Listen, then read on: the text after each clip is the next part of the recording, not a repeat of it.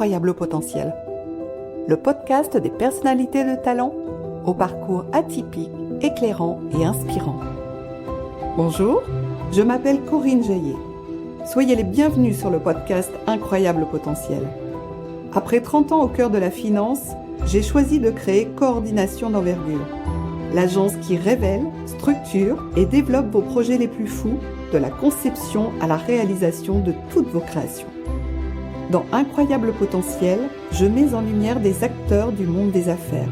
J'y invite également des personnalités issues du sport, de la culture, de la politique et de la gastronomie.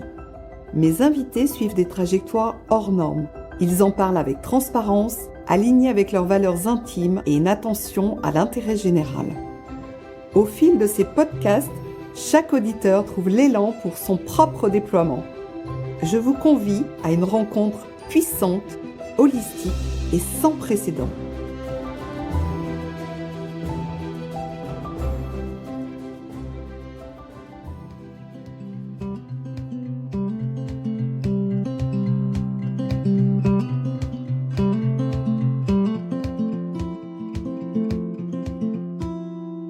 Dans Incroyable potentiel, je reçois aujourd'hui un homme au style audacieux, un artiste et un professionnel accompli, dont le parcours est marqué par une passion indéniable pour l'art, l'innovation et l'excellence. Bonjour Philippe Gully. Bonjour Corinne. Avec un CAP de conducteur typographe et offset en poche, vous consacrez 14 années de votre vie au domaine de l'imprimerie. Puis en 1999, vous choisissez d'explorer de nouveaux horizons en vous lançant dans l'aventure Internet. Pendant cette période, vous mettez également à profit votre expertise en tant que compositeur de musique pour des spots publicitaires de grandes entreprises françaises. En 2010, vous prenez la décision de quitter Paris pour la Bretagne, où vous fondez votre propre atelier d'impression. Aujourd'hui, votre entreprise Badcas bénéficie d'une reconnaissance mondiale, attestant de la qualité exceptionnelle de votre travail et de votre capacité à répondre avec précision aux besoins de votre clientèle à travers le monde. Qu'est-ce qui vous a initialement attiré vers le métier de l'impression ? Avez-vous des anecdotes fascinantes à nous partager sur votre parcours ? Alors au départ, moi, la vraie motivation, en fait, j'étais plus attiré par la musique que par l'imprimerie. L'imprimerie a été un peu un accident. La vérité, c'est que j'avais échoué à Paris à un concours de dessinateur publiciste à l'école Corvisart. Ça m'a obligé à choisir très très rapidement un métier pour la rentrée qui suivait. Donc je me suis retrouvé avec une seule motivation, c'était gagner ma vie le plus vite possible. Donc hors de question d'enchaîner, seconde, bac, etc. Il fallait du cycle court. Alors les premières années d'impression en tant que conducteur offset se sont passées. J'ai développé mon goût pour la musique parallèlement. Ça m'allait très bien, faire ça en dilettante et puis travailler le jour dans une imprimerie. Et là, arrivé à Paris, j'ai commencé à faire de plus en plus de musique. Quand les trois chemins se sont croisés, on m'a proposé. On m'a dit, tiens, est-ce que tu veux te lancer dans l'aventure ? J'étais là en train de dire, moi j'aimerais bien faire du son, j'aimerais bien faire autre chose que de l'imprimerie, allons-y quoi. Donc j'ai réussi en fait à débloquer les deux choses en même temps. C'est que j'ai monté parallèlement une structure en tant que sound designer indépendant, donc à composer des musiques à l'image. Et parallèlement, je me suis lancé dans un magazine online qui s'appelait Practica.net à l'époque et qui s'occupait donc de référencer tous les sites internet qui utilisaient une technologie qui était particulière, qui s'appelait la technologie Flash. L'aventure a duré une dizaine d'années. C'est Paris, c'est riche au niveau culturel, au niveau des rencontres, etc. Et puis voilà, une certaine lassitude de l'objet internet en fait, tout simplement. Paris aidant aussi, avec ses loyers si peu abordables, ont motivé effectivement une envie de verre, une envie de changement et m'a poussé vers la Bretagne. Et puis tant qu'à changer, autant de nouveau changer de métier et changer tout, et voilà. Donc voilà, c'est ainsi que Badcas est né, avec ce désir de se dire tiens, revenons à la source, mon premier métier, et de se lancer sur, on va dire, une niche, l'impression typographique. Ce principe qui date de bien avant 1450. Il faut revenir quand même, on parle de Chine, on parle plutôt de Corée en fait. Les origines, c'est la Corée. J'allais dire, je sais pas, il y a ce côté ancestral. J'ai toujours été fasciné en fait par des choses très simples en fait. Je m'interroge souvent par exemple sur le rôle de la fourchette. Alors, j'ai pas la date exacte de quand elle est sortie, mais aujourd'hui, on mange toujours avec une fourchette. Et ça, c'est quelque chose, malgré tout ce qui bouge autour de nous, les technologies, on va de plus en plus vite, on peut faire des choses incroyables, et pourtant, on continue de manger avec une fourchette ou avec des baguettes, suivant la tradition. Voilà, un outil qui est simple, qui permet de faire une chose et d'arriver rapidement à ce qu'on veut, sans avoir besoin de servir du progrès pour l'améliorer. Donc c'est ça qui me plaît dans la typo. Le principe il est là, on peut faire des belles choses avec. Donc il y avait cet attrait pour ce métier qui allait encore une fois être un peu la synthèse en fait que je cherche aussi à travers la musique. C'est d'extraire un sentiment ou quelque chose de poétique à partir d'une machine. Ce qui me motive, c'est ça. Être sur une machine qui pèse 1 tonne 2, qui soigne de graisse, et on doit sortir quelque chose qui est de l'ordre de la broderie typographique. Enfin voilà, ce côté artisanal plus qu'artiste finalement. Est-ce que vous pouvez nous expliquer en quoi consiste le letterpress ?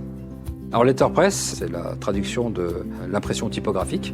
Et l'impression typographique est basée sur le procédé, ce qu'on appelle une impression directe. On part sur une feuille de papier qui va être le support. On va avoir une matrice qui sera un cliché en relief, qui sera à l'envers. La pression va se mettre entre le cliché et la feuille. Et le cliché, bien entendu, sera ancré au préalable pour pouvoir avoir le décalque finalement à l'endroit sur la feuille. Après, bon, la difficulté, c'est d'avoir quelque chose de net, de propre. Dans le letterpress version, on va dire 2000, c'est du débossage. Donc le débossage, c'est une impression en creux. Donc on va chercher un relief en creux dans le papier. Le défi, c'est quoi? Respecter la forme des caractères, des polices, pour que ce soit propre et en même temps enfoncé. Le tout va pouvoir être en plus marié avec d'autres techniques, comme le marquage à chaud. Là, on a le même principe. À la différence de l'encre, on va avoir des films. C'est plutôt connu pour la dorure, l'or, mais on ne fait pas que. On peut faire différentes couleurs, que ce soit des cuivres métallisés à des blancs satinés ou des noirs. Le tout avec des possibilités de finition aussi. Moi, ma petite spécialité, c'est la couleur sur tranche, qui permet d'avoir toutes les couleurs possibles et inimaginables sur le bord de la carte de visite ou autre invitation ou carte de vœux. On est sur des machines qui consomment très peu d'électricité, des clichés qui sont en polymère développés à l'eau. Le label Imprime-Vert s'impose d'entrée de jeu, c'est pas sorcier, c'est très très simple et très lent en application. Voilà. À qui s'adresse ce podcast ? Des gens qui aiment la matière, le toucher, qui aiment les papiers de création, qui sont souvent des papiers épais, qui ne sont pas traités. Tout est mat, je n'imprime jamais sur des papiers touchés. Il y a l'amour du projet, de la préparation en amont, me réfléchir dessus. Il y a vraiment un rapport humain, quoi. Quelles sont les valeurs fondamentales qui guident vos actions au quotidien ? Je suis un peu dans la réactance, c'est-à-dire que je me protège beaucoup de ce qui pourrait ne pas convenir à ce que je définis dans mon processus de pensée, de fabrication, etc. Voilà. Le fait d'avoir cette démarche-là et de prendre le temps de faire des choses, ça installe déjà un autre climat. Et c'est ce climat-là que je protège et que je veux garder et qui fait partie du processus, en tout cas dans le processus de pensée qui accompagne la fabrication. Alors comment maintenez-vous l'intégrité de vos convictions dans ce monde en perpétuelle transformation ? C'est une assez bonne question puisqu'il est non seulement en transformation, mais il impose aussi beaucoup de choses. Par exemple, je suis très très peu présent sur les réseaux sociaux. Je privilégie une chose, c'est un peu culotté, c'est un peu du feeling aussi, c'est je préconise le bouche-oreille, voilà, à l'ancienne. Donc il y a une chaîne qui se fait, et dans n'importe quel métier, on le sait, c'est le réseau qui va faire la force de la société, quel qu'il soit, voilà. Finalement, je suis vachement sur le feeling en fait, je laisse aller, je suis un peu entre mélange, bonne étoile, fatalisme, un peu détendu on va dire. Je pense que les gens peuvent le sentir aussi, et ça les change des rapports un peu conflictuels. Donc ça fait partie un petit peu de la signature de Badcast aussi, quoi. Et comment voyez-vous l'évolution du monde ? Alors j'ai très peu d'espoir, je vous le dis carrément. Ouais. J'ai très peu d'espoir sur l'humanité, mais je pense qu'on aura toujours des petits bastions de résistance, notamment parmi les jeunes, parce que on peut critiquer, mais ils arrivent aussi avec une certaine fraîcheur. Quel est le secret pour aller de l'avant ? Je pense que vraiment le premier truc, c'est d'être soi-même. Ça peut paraître complètement bateau, mais c'est vraiment d'être soi-même. C'est-à-dire, si on vous dit il faut faire ça comme ça, parce que tu verras, tu auras ci, tu auras ça, on peut se servir de l'expérience des autres, etc. Mais il faut vraiment garder en tête qu'il y a toujours moyen de personnifier la façon de travailler. Donc je pense qu'effectivement, des fois, il faut s'accrocher, il faut rester soi-même et aller dans son sens, celui qu'on ressent et pas forcément celui qu'on vous indique, quoi. Le mot de la fin ? Être soi, c'est vraiment très important. Apprendre des autres et toujours, alors ça je pense que ça va être valable dans n'importe quel métier, garder toujours un petit terrain d'expérimentation. très important d'avoir un petit laboratoire qui soit de se dégager du temps pour se dire tiens, je vais essayer ça.